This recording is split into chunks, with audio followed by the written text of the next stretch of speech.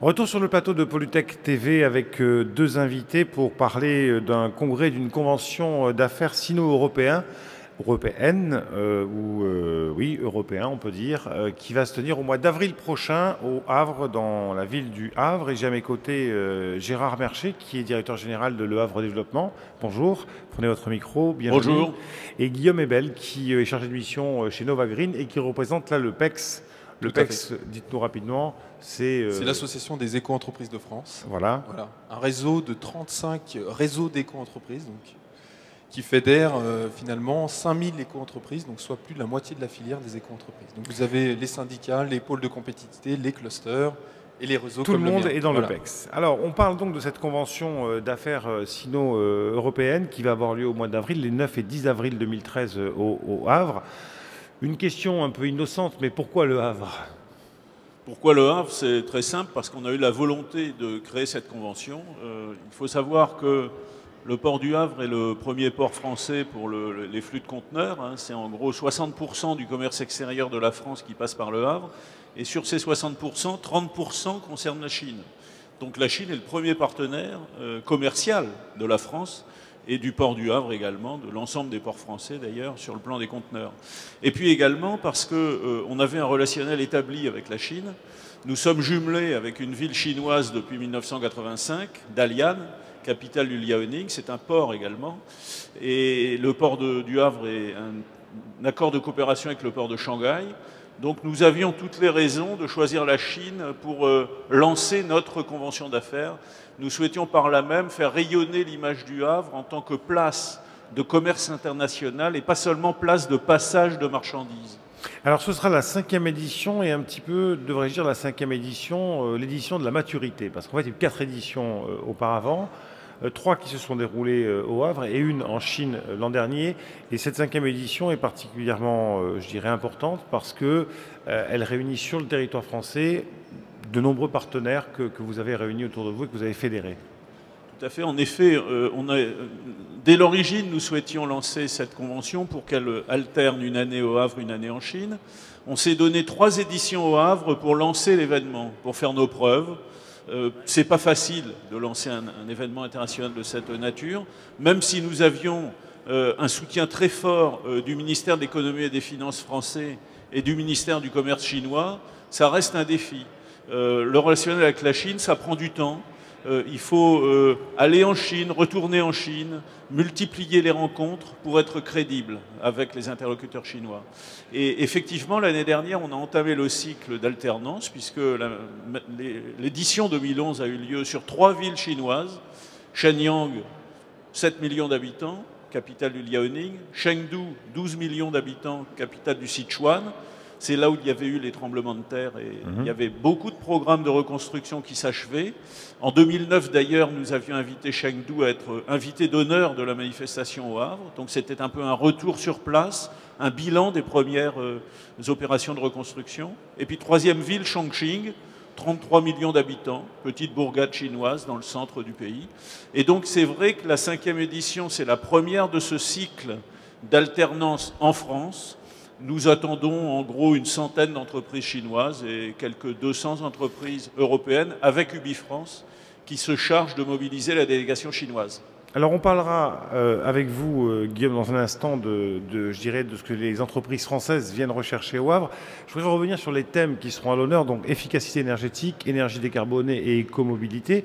Et puis vous interroger un petit peu sur le marché chinois. Par exemple, dans l'énergie et dans l'efficacité énergétique, ça représente quoi ? Écoutez, le marché chinois est celui qui, en matière de besoins énergétiques, progressera le plus dans les 20 prochaines années.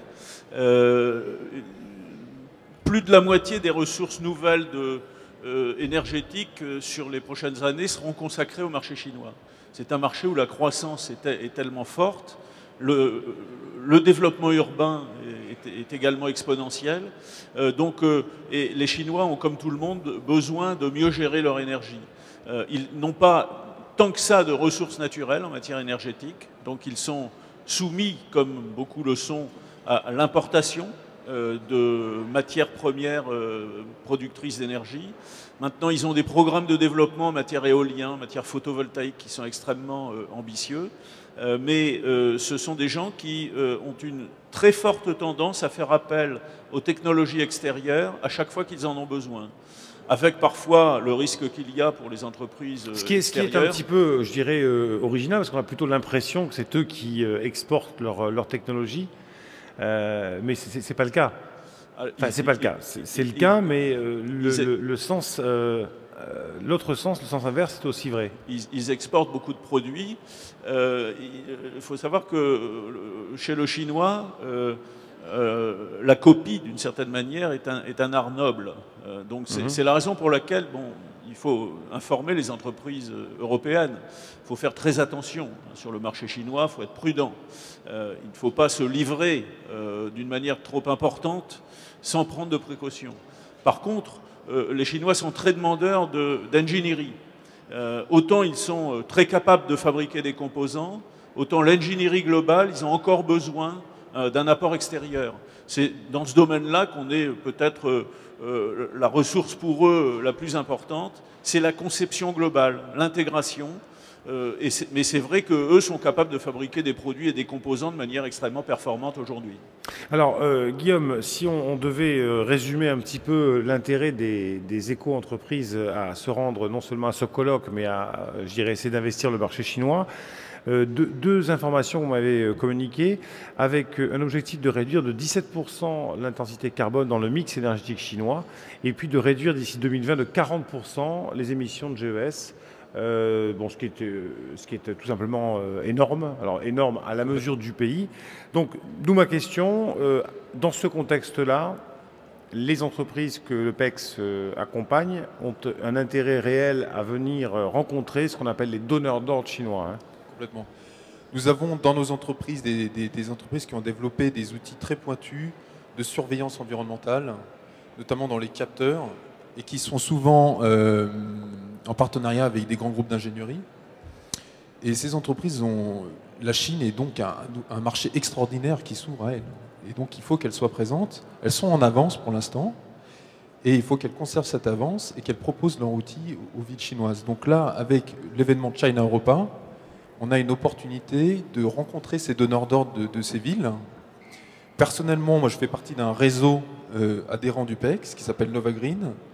Nous avons des relations privilégiées avec la ville de Wuhan, qui est une ville aussi très urbanisée, très industrielle, et qui est une ville pilote sur les marchés carbone.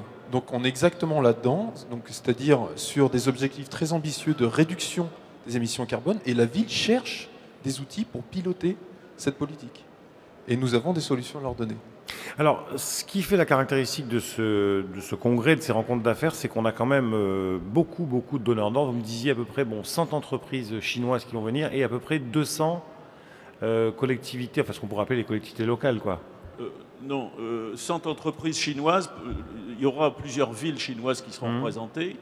Je ne peux pas vous donner le nombre exact de personnes qui les représenteront. En général, les villes chinoises se déplacent à 5 ou 6 personnes de différents métiers. Il y aura au moins une dizaine de villes chinoises qui seront là. Les trois que j'ai cités, Shenyang, Chengdu, Chongqing, Wuhan, Tianjin est inscrit, Dalian, notre ville jumelle, sera présente, ainsi que d'autres. Il y aura une centaine d'entreprises chinoises, parce qu'il faut savoir que quand on va sur le marché chinois, c'est toujours mieux d'avoir un partenaire chinois. Hein. Et la plupart des grands groupes français, même les groupes type Veolia, Suez Environnement, Total, Lafarge, etc., font appel à des partenaires chinois pour mieux structurer leur offre sur le marché chinois. Ça ne les empêche pas d'ailleurs d'emmener aussi des PME européennes, françaises. Nous les y incitons d'ailleurs, puisque dans la formule partenaire qu'on propose aux grands groupes, nous leur proposons d'inviter gratuitement 25 entreprises partenaires qui vont les accompagner dans leur développement international. C'est un peu le concept du portage des PME à l'international par les grands groupes, qui est souhaité par tout le monde, on va dire, et que nous souhaitons contribuer à mettre en œuvre à l'occasion de cette manifestation. Reste que ce qui intéresse particulièrement les entreprises que vous amenez, enfin qui participent à cet événement, c'est qu'il y a des donneurs d'ordre chinois et qu'en Chine, les donneurs d'ordre, ce sont souvent les provinces ou les villes. Oui, tout à fait. Je pense vraiment en Chine, on a les donneurs d'ordre publics travaillent main dans la main avec les industriels. Donc quand on convainc les donneurs d'ordre publics, généralement, on a des applications industrielles qui viennent derrière. Et par contre, je rebondis sur le portage de PME. C'est un axe très fort qu'on veut développer. Nous avons connaissance des PME. Donc, et nous cherchons des opportunités pour faire rencontrer les PME à des grands groupes, pour que ces PME leur montrent les valeurs ajoutées qu'elles peuvent leur apporter. Dites-moi en plus sur l'intérêt des entreprises chinoises à venir à ce congrès. Les entreprises chinoises dans ce congrès viennent chercher de la technologie, ils viennent chercher des partenaires. Ils ont souvent un réseau et une capacité d'action terrain en Chine, mais il leur manque les technologies de pointe dans le traitement de l'eau, par exemple, le traitement de l'air, l'efficacité énergétique, les matériaux, composites, les systèmes de régulation, les smart grids, donc les réseaux intelligents. En matière même effectivement de production énergétique, je vous donne un exemple. Hein, nous travaillons au Havre notamment sur des solutions de stockage des énergies intermittentes. On sait que par exemple une éolienne, lorsqu'il y a du vent et que le réseau n'est pas demandeur, on arrête l'éolienne, on ne produit rien. C'est un facteur de hausse de coût, ça, puisque si on produisait, on pourrait évidemment mieux amortir les investissements qui ont été faits.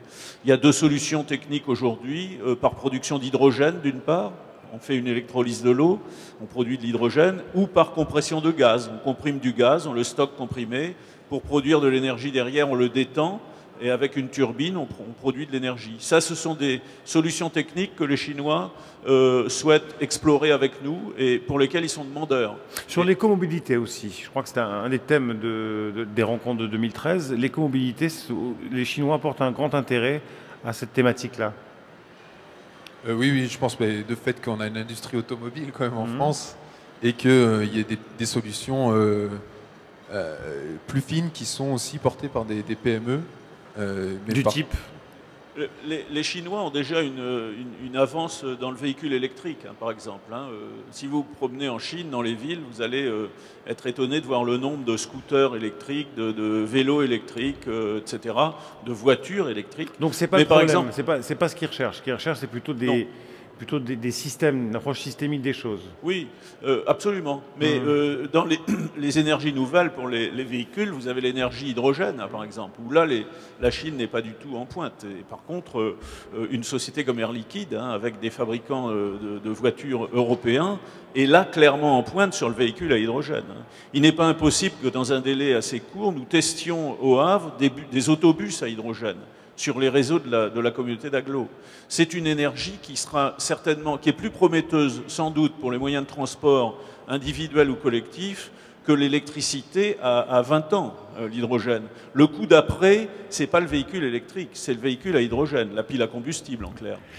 Alors, quand on parle de la Chine, bien sûr, on la voit en tant qu'exportatrice. Donc, vous le disiez, 30% des 60% de conteneurs proviennent de Chine. L'idée, c'est pas d'augmenter le volume d'importation, j'imagine. C'est bien d'exporter vers la Chine. Absolument. Non, c'est absolument pas de contribuer à augmenter le sourcing en Chine. Il est déjà très important. C'est bien de faire venir des donneurs d'ordre et des acheteurs chinois qui vont rencontrer des fournisseurs européens qui vont se grouper dans certains cas. C'est l'intérêt aussi de ce type de manifestation. On vient ensemble, en meute, pour conquérir un marché nouveau. L'opportunité de Chine-Europa, c'est que les entreprises européennes qui seront là auront en face d'elles des acheteurs, des donneurs d'ordre, comme le disait Guillaume Ebel. Et ça, c'est une force, parce qu'en plus, en France, donc avec un coût relativement limité, ça leur permettra de faire une sorte de tour de Chine des grandes villes et de leurs projets de développement et de proposer aux entreprises chinoises qui peuvent accéder à ces marchés-là des technologies nouvelles qu'elles ne connaissent pas encore ou qu'elles n'utilisent pas encore en Chine. Alors je ne sais pas si on les a déjà vues, mais il y a quelques images, je pense que c'était l'an dernier en Chine, c'est ça que vous avez apporté, qu'on va peut-être regarder. Pour comprendre ce qui se passera au Havre au mois d'avril, c'est combien de participants au total ? Alors, entre 5 et 600, donc c'est un événement extrêmement technique. Hein, ce ne sont que des visiteurs professionnels. Avec des stands très peu de stands, donc des ateliers d'experts. On y trouvera des solutions techniques innovantes, applicables à court terme, et la possibilité de rencontrer les créateurs de ces solutions innovantes, puisque entre chaque atelier, on organise des rendez-vous B2B, des rendez-vous d'affaires.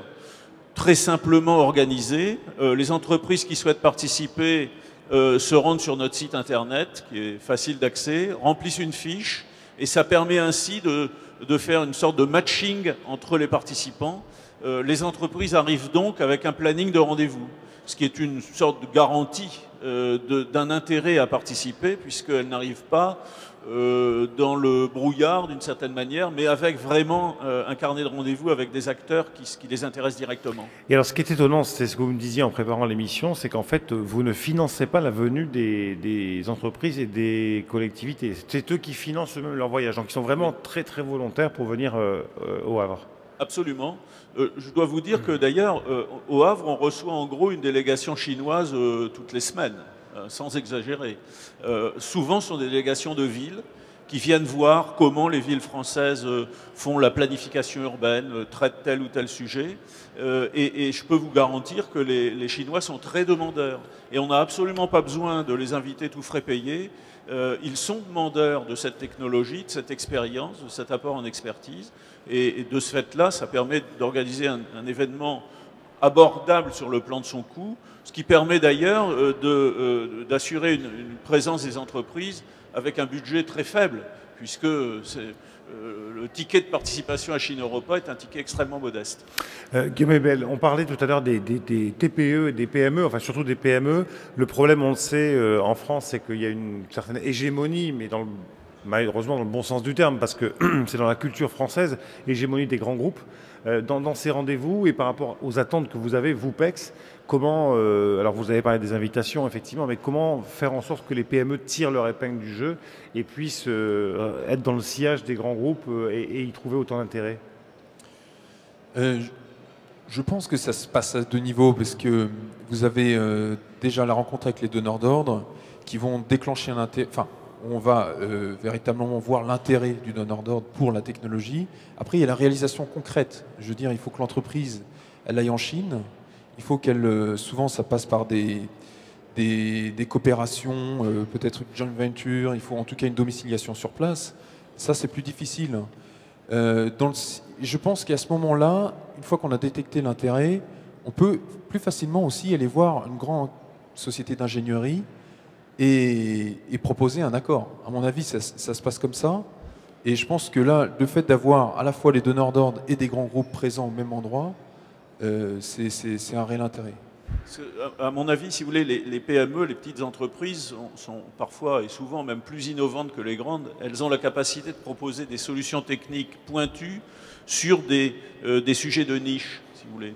On a rencontré tout à l'heure une société qui est issue du CEA, qui propose une technologie de capteur qui permet de mesurer les émissions, l'impact des émissions de CO2 sur un environnement et de mesurer aussi l'évolution des émissions de CO2 en fonction des actions de réduction qu'on met en place. Est-ce qu'elles sont efficaces ou pas? On peut le mesurer. Voilà quelque chose que généralement les grands groupes sont clients pour ce genre de solutions, et ce sont souvent des chercheurs jeunes, innovants, qui mettent en place ce type de solutions. Les PME, les petites entreprises, elles doivent être malignes, elles doivent être proactives, et c'est comme ça qu'elles arrivent à s'infiltrer dans les grands marchés qui sont tenus par les groupes. Lorsqu'il s'agit de faire une ingénierie globale, on sait que des Suez Environnement, des Veolia ou autres grands groupes seront forcément plus efficaces, mais ce ne sont pas eux qui fabriquent les solutions techniques qui sont mises en place sur le terrain. Ce sont des entreprises de plus petite taille. Et je confirme, ça c'est donc Monsieur Mercier parlait de la société Climode. Hein. Vous pouvez visiter le stand au passage. Je discutais avec UbiFrance la semaine dernière. UbiFrance qui est votre partenaire pour cette première édition, enfin cette 5e édition et pour la première fois. Et avec qui aussi nous travaillons sur la ville de Wuhan dont je vous parlais. Lui m'a parlé, dans le secteur automobile, on parlait d'écomobilité, donc en fait, pareil, un laboratoire qui avait mis au point une solution pour un moteur d'être plus performant énergétiquement dans la consommation. Ce laboratoire a créé une start-up qui est participé à une délégation en Chine. Elle a rencontré un grand fabricant de bus. Le fabricant de bus dans sa volonté de se différencier sur le marché chinois, a fait confiance aux chercheurs et à sa start-up. Il a dit « Ok, je suis intéressé, je veux voir un démonstrateur ». Il a financé un démonstrateur. Il a acquis au passage une participation en capital. Bon. Le démonstrateur a été, s'est réalisé, était performant comme prévu. Et là, ils ont lancé un contrat de 250 millions d'euros. Et donc là, c'est la révolution pour cette start-up, quoi. Donc là, je crois qu'ils sont passés de 5 personnes à 50 personnes en un an pour pouvoir assurer ce contrat. Mais écoutez, pour vous dire les opportunités qu'il peut y avoir. On connaissait le Havre comme point de départ des transatlantiques. On connaissait le Havre comme port de commerce mondial. Et bien maintenant, on connaît le Havre comme, non pas port, mais territoire exportateur, en tout cas porte vers la Chine pour l'exportation. Je note que vous avez des partenaires prestigieux dans ce congrès, bien sûr le ministère de l'Industrie, enfin de l'économie, de l'industrie, la Chambre de commerce, le ministère du commerce chinois, l'ADEME, le pôle de compétitivité Advanced City, l'Institut français du pétrole, le PEX bien sûr, et puis toutes les institutions du Havre, que ce soit la communauté d'agglomération ou la région Haute-Normandie. Et puis vous êtes, vous, le Havre Développement, co-organisateur avec UbiFrance. Donc 9 et 10 avril au Havre, 5e édition de China Europa, quand le Havre, quand la France vend aux Chinois. Merci messieurs, bonne chance pour cette 5e édition. Merci. Voilà, c'est la fin de ces émissions de Polytech TV cette semaine. Dans un instant, vous pourrez revoir ici sous la Place des Lumières, ex-Dôme, maintenant elle s'appelle la Place des Lumières, 2 émissions que nous avons enregistrées hier, émissions sur la ville durable et l'industrie durable. Nous, on se retrouvera un peu plus tard, peut-être l'an prochain, à Polytech Horizon à Paris. Merci.